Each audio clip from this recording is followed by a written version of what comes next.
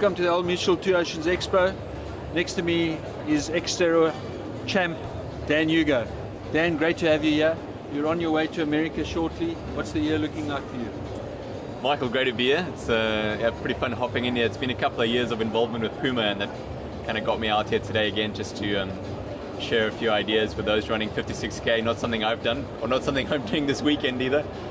But yeah, being involved with them and their involvement with Two Oceans, it's great to drop in. And if there's one thing I love about South African sports culture, it's how participation orientated it is. We're not people who sit on a couch and watch someone doing 56K and think that's crazy. We go, well, I'll do that next year.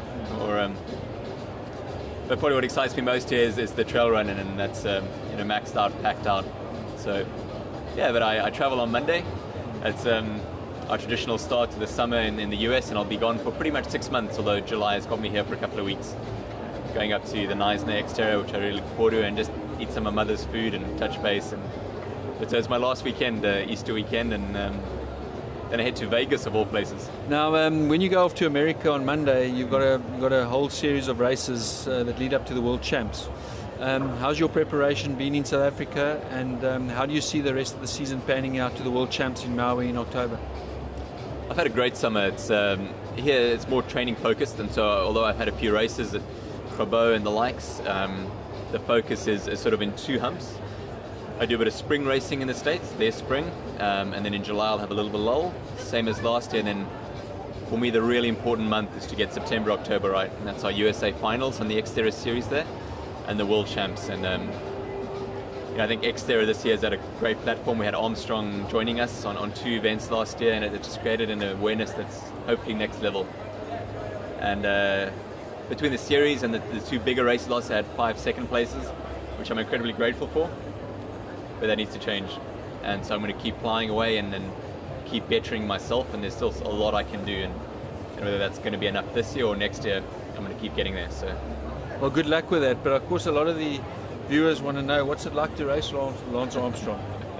Thank goodness I raced him last year. He did a half Ironman this weekend in Texas, and he's definitely he's loving the triathlon game. He's loving multi-sport. He's loving doing different things, new things. You can see it. It's in his interviews. It's with his family there, and a lot of that resonates with who I am. And I think a lot of that ties in with Xterra. But he was not at his best, thank goodness, because he's a gifted individual. And as an endurance athlete, the best, one of the best we've seen.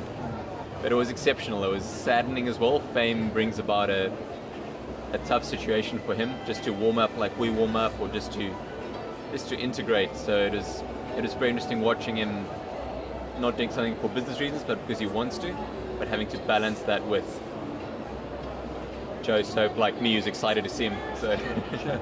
Another question I think that we get asked a lot, Dan, is what's the reason for so many Xterra champions coming out of South Africa? Of course, so we got the 4 times world champion, the legend, the caveman, Conrad Stoltz, and yourself, and just a whole array of other athletes coming out of South Africa. What's the reason for that? Is it our love of outdoors, or what do you ascribe that to? I'll definitely tie that back to our earlier comments saying we have a culture of participation.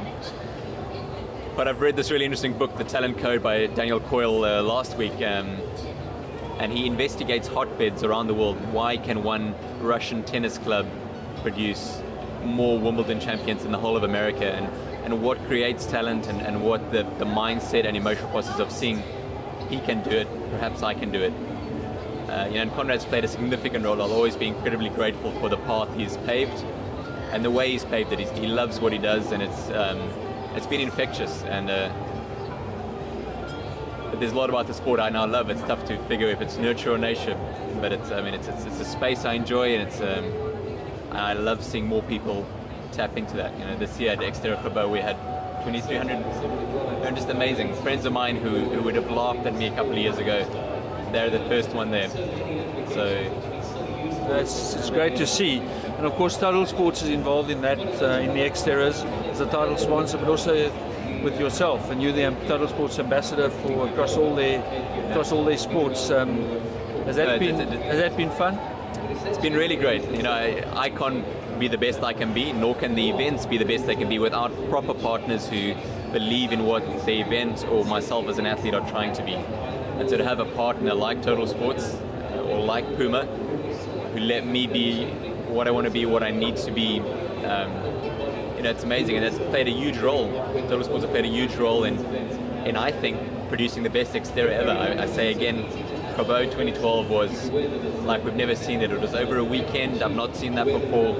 Just capped out. It was just the whole experience, and you can't do that without powerful brands backing. So, no, thanks for that. And Dan, from our side, we wish you all the best. We're going to be watching you on Total Sports Exterior TV monthly. We're going to get your report back and put it onto Total Sports Exterior TV. But all the best. Go for it, and we hope you have a fantastic World Champs in October. I'll hold you to that. You hold me to mine. I'll see you in July, though. Good luck.